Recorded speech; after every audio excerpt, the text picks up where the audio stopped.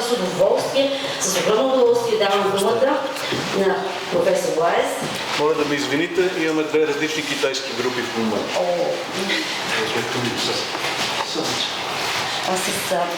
С неговия доклад. Вие имате преведен в файлчета на български, защо класическото образование се нуждае от Euroclassica. Заповядайте, професор Лаес.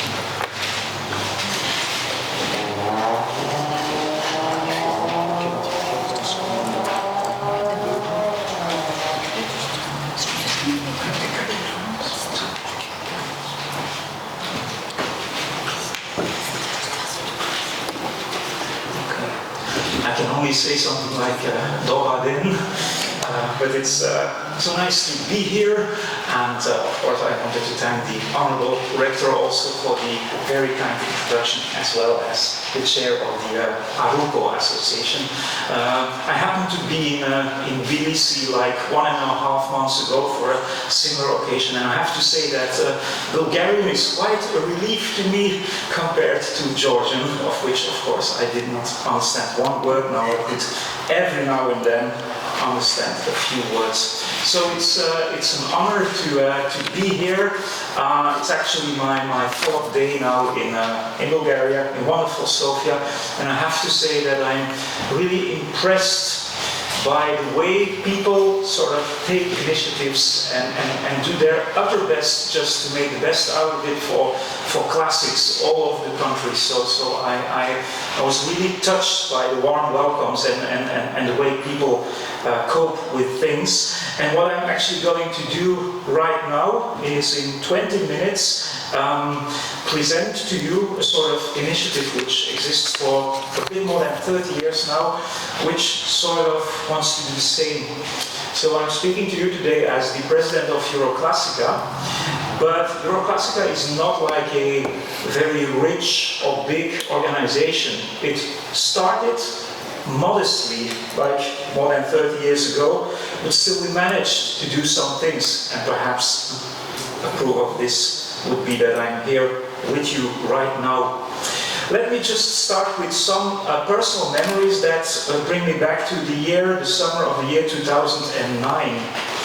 I actually got invited to be the delegate for Flanders, so part of Belgium, at a Euroclassica conference which took place in the then Fyrom, former Yugoslav Republic of Macedonia, as it was called in those days. And this was actually for me one of the first occasions to explore a country in the Balkans. So this is Skopje, how it looked like in these days.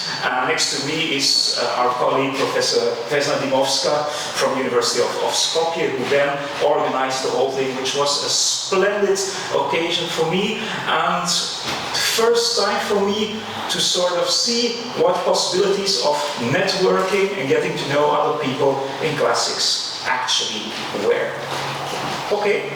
So I got kind of motivated by it, and I was a participant of most of the other conferences, yearly conferences of Euroclassica that took place. So I'm not going to read through the whole list now, but you can see that we have a sort of established and nice tradition, only interrupted 1 year. So in 2020 we had to go online for reasons you may guess. In 2021 we started again in a Balkan country, so we went to both Bosnia and Croatia, Split and Mostar, and our last conference last year was in Cyprus, in Nicosia.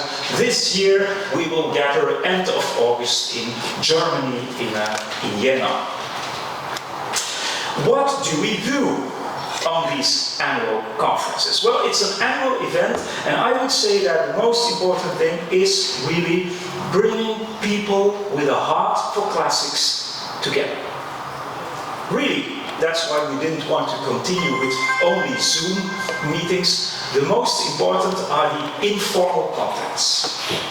The informal contacts between teachers and academics. That's the thing I'd like to stress very much. Euroclassica is not only for university professors, it's not only for teachers. It's really a combination of both.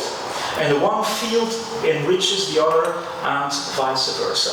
And mostly we manage to have people coming from, let's say, between 15 and 20 countries all over Europe. What do we do?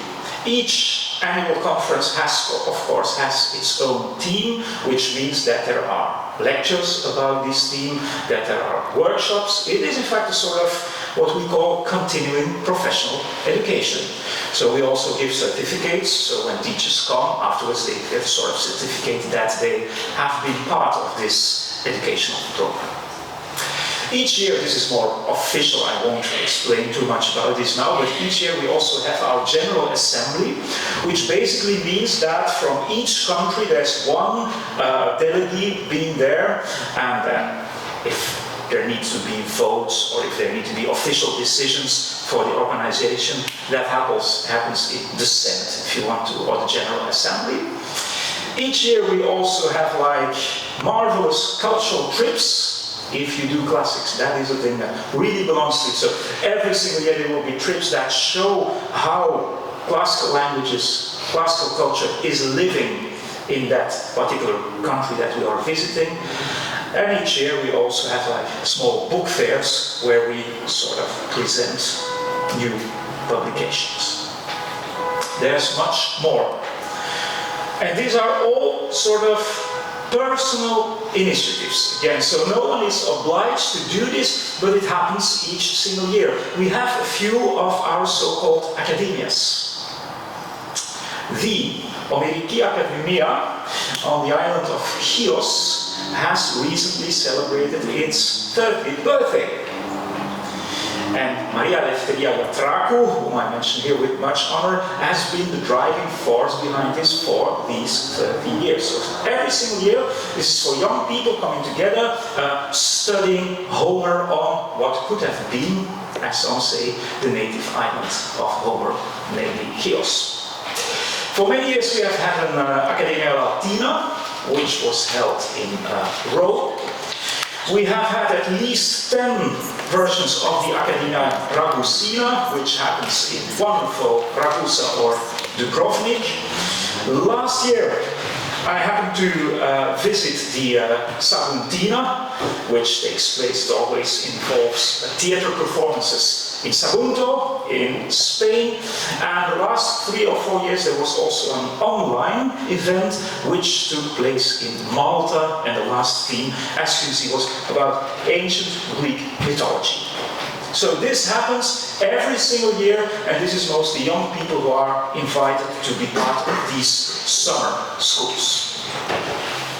Next to this, we offer a so-called European Certificate for Classics. We have EJEX, which is of course for ancient Greek. We have ELEX, which is of course for Latin.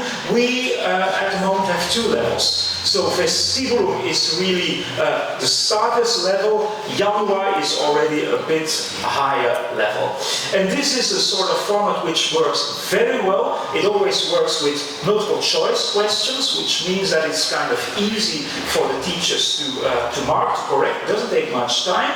And then afterwards you can send in the results, and every single student gets this certificate of Latin examination or Greek examination.